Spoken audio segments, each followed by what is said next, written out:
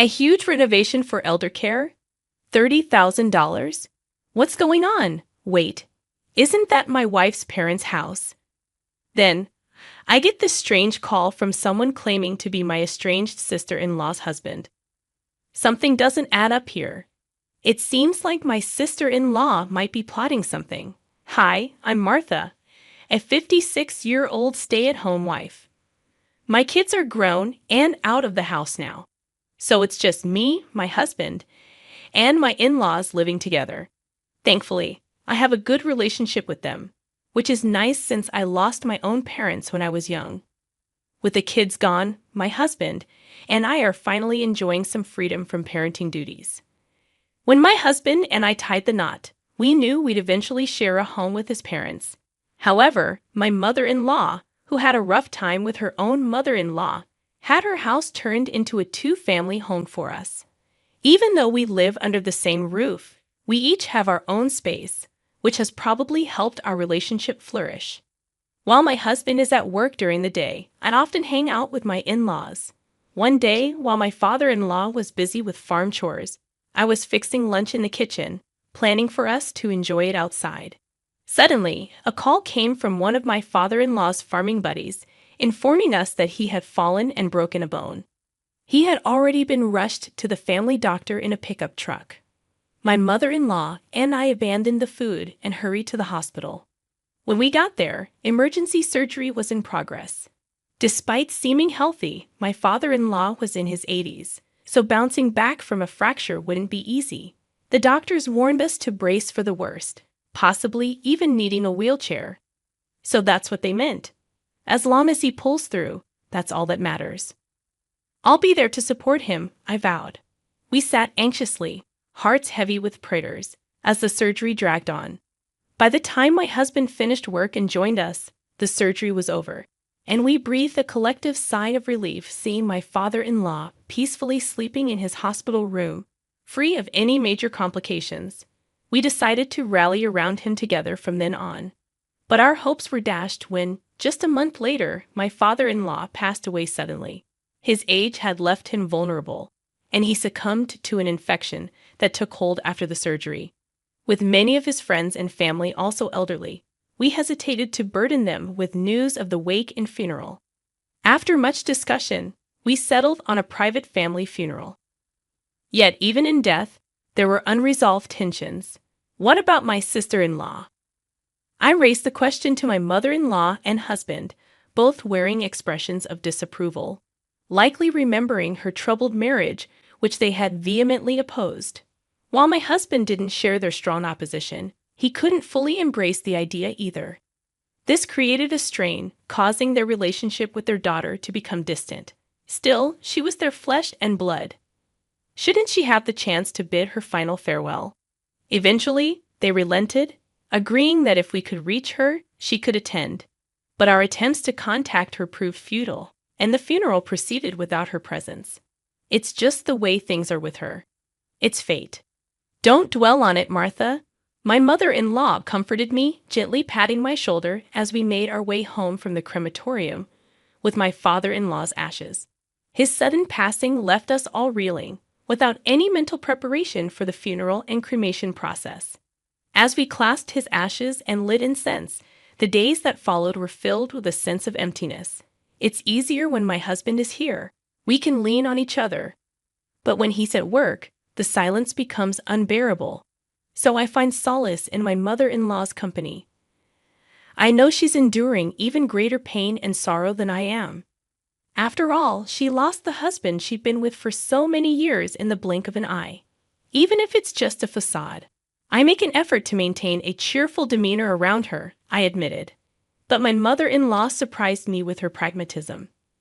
I had planned to keep things this way until the 49th day. However, yes, we can go through his belongings later. But I'm already over 80. You look remarkably young for your age, mother-in-law.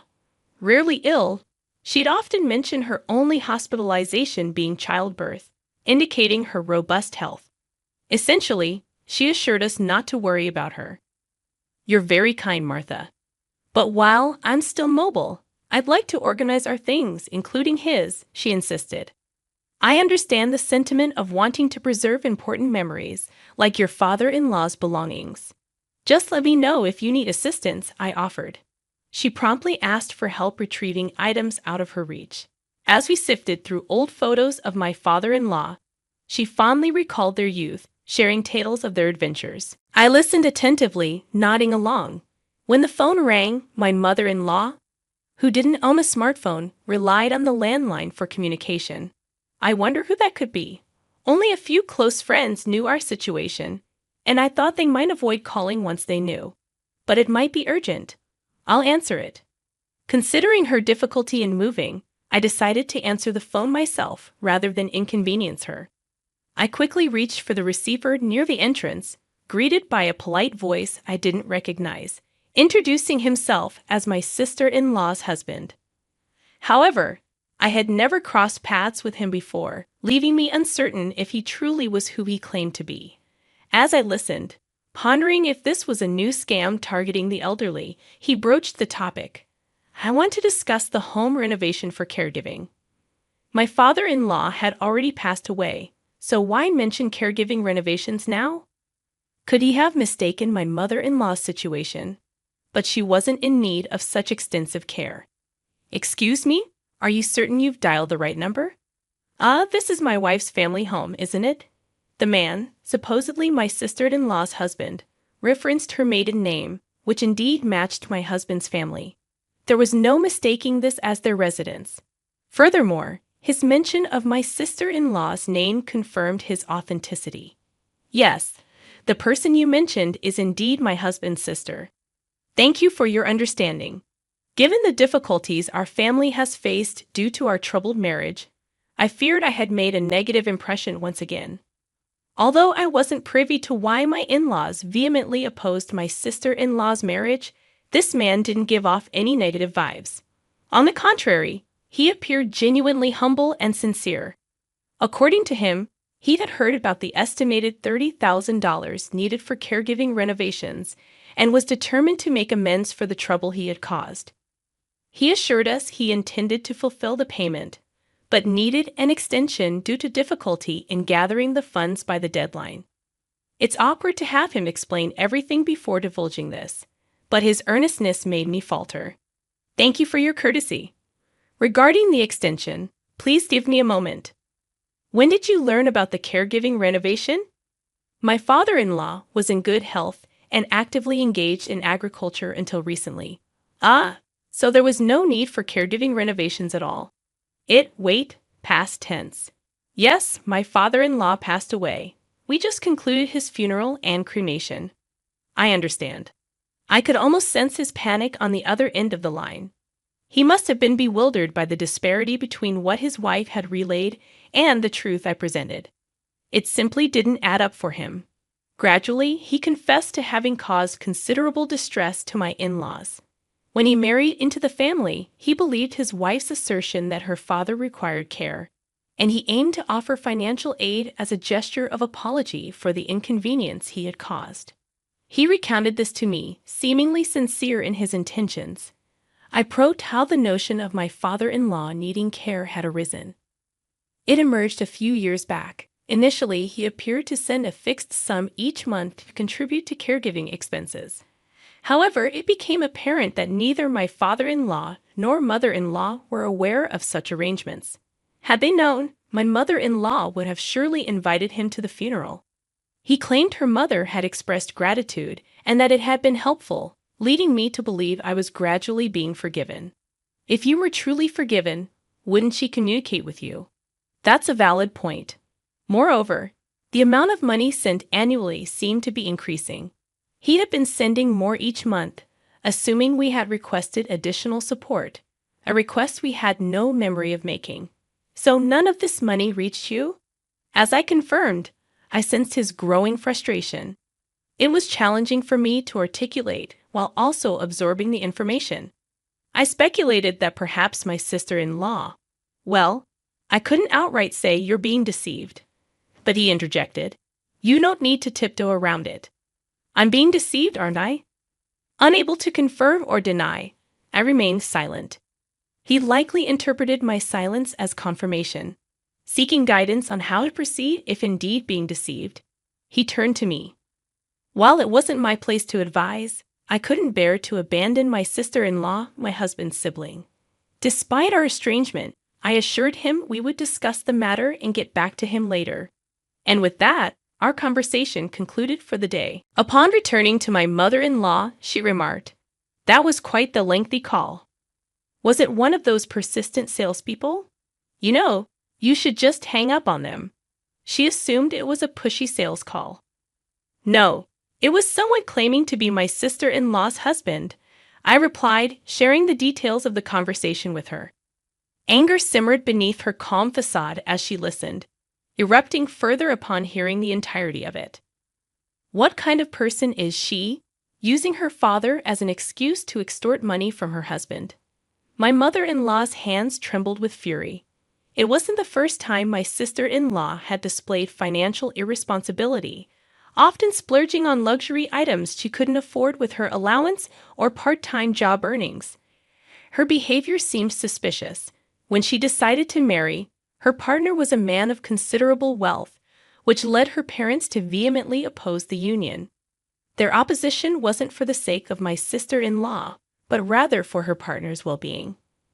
We then agreed to wait at the culprit's residence with her husband for her eventual return. It had been so long since I last laid eyes on my sister-in-law. When she first introduced her then-boyfriend, now husband, to her parents and brother with marriage intentions, there was quite a stir. However, as I wasn't yet formally part of the family, I wasn't present for the commotion. Hence, this would mark my initial encounter with my sister-in-law's spouse. As I had sensed during our phone conversation, he appeared genuinely sincere with a pleasant demeanor. Despite rumors of his substantial income, he didn't seem to lead an extravagant lifestyle. Instead, he appeared to opt for a more modest existence. However, if one of the reasons behind this modesty stemmed from my sister-in-law's deceit, it undoubtedly evoked a complex mix of emotions. Meeting my sister-in-law again after many years, her unexpected encounter with her mother at home left her visibly stunned, her eyes widening in disbelief as she stood frozen in place. The image I had of my sister-in-law was one of someone with a penchant for flashy things. However, the woman before me now appeared excessively ostentatious, lacking any sense of refinement, which was somewhat disheartening to witness. The three of us had agreed beforehand to play along with my sister-in-law's charade. Initially, we opted not to address her deceit directly. "It's been quite some time. I'm glad to see you're doing well," I greeted her with warmth. Caught off guard by the unexpected kindness, my sister-in-law stuttered in response to her mother, perhaps fearing her lies had been exposed, and she would face reprimand. "I've been wanting to see you again after all these years. How have you been?"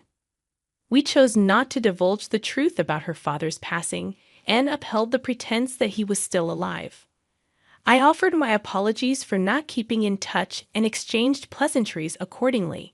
Humbly, my sister-in-law expressed relief that her mother seemed healthy and admitted to worrying about her. However, conspicuously absent from her remarks was any mention of her father. We were keen to avoid any discussion that might inadvertently reveal the truth about her father's condition or the issue of caregiving expenses. It appeared that my husband and she had crossed paths before, yet her deception remained undetected. Perhaps she believed she could continue her charade without consequence. "Your mom seems pleased. It looks like you two are doing well together," remarked my mother-in-law. She was hopeful that her daughter would mend her ways and gradually start supporting her husband. The strategy was to shower her with praise in the hopes of prompting a change of heart. Somehow, my sister-in-law went a step too far, assuring my mother-in-law that she would provide caregiving support if needed and even insisted not to worry about finances. It's astonishing she could make such promises in front of her husband, who had been supporting her with good intentions. My heart went out to him as he listened to it all, I lamented. Expressing our gratitude, we took our leave that day. Judging from her actions, it seemed probable that my sister-in-law had been diverting the money she requested for her own use. Uncertain of where the hefty sum of $30,000 had disappeared to, we opted to hire a private investigator to delve into her financial affairs. The monthly caregiving funds, totaling several $1,000s, were evidently being redirected for her personal benefit. However, what unfolded was a shocking revelation. She was deeply entangled with a favored club host, lavishing him with financial support in a bid to elevate his status. Her extravagant spending included purchasing costly bottles and accumulating debts she couldn't settle each month. As the host faced mounting pressure to settle his unpaid bills, amounting to $30,000, my sister-in-law's husband was incensed, realizing he could no longer turn a blind eye. He meticulously orchestrated his plans while she was away on a trip with her preferred host, oblivious to the unfolding events. Upon returning home a few days later, she was met with a stark reality. Her house was devoid of furniture or personal belongings, leaving her in a state of panic, frantically attempting to reach her husband to no avail. She eventually contacted me in distress. Initially hysterical, she immediately quieted down when I nonchalantly inquired about her trip with the club host. Unable to question how I was aware of her actions without admitting guilt, she found herself at a loss for words. Now it was my turn to confront her, leaving no room for rebuttal. Your deception hasn't gone unnoticed. You've betrayed not only your mother and husband, but also shattered any trust others may have had in you. Furthermore, the father-in-law you exploited as an excuse has passed away. It wasn't entirely her fault for being unaware of her father's passing, but using his supposed care as a pretext to solicit money was unquestionably wrong. I made it clear that her ex-husband was also privy to the truth, and upon realizing she had been abandoned, she erupted into a fit of screams over the phone, resembling a person unhinged. Refusing to engage with her ex-husband and unwilling to burden my elderly mother-in-law further, I volunteered to act as an intermediary with my sister-in-law. Despite her continued protests over the phone, she evoked pity in a way, oblivious to her father's demise and exploiting him as a means to an end. Though she might harbor regrets, it was too late for remorse. I delivered one final message to her. Your ex-husband intends to demand full repayment for the money you squandered on the host. You'll need to find a way to settle the $30,000 debt on your own. Subsequently, she received legal documents from a lawyer. Despite her request to speak with her husband, he remained resolute, unable to stomach any interaction with his ex-wife, even for legal proceedings. With no room for negotiation, my sister-in-law was left to eke out a modest living while grappling with the weight of her debts. Naturally timid, she lived in perpetual fear of the lawyer's notices and the unwelcome visits from debt collectors. As for us, we resumed our ordinary lives. While it took some time to sift through my father-in-law's belongings, we resolved to move forward as a family, including his share. Recently, my mother-in-law has begun showing signs of decline, hinting that the day she'll require care may be nearing. Since we couldn't do much for my father-in-law, my husband, and I pledged to do our utmost for my mother-in-law,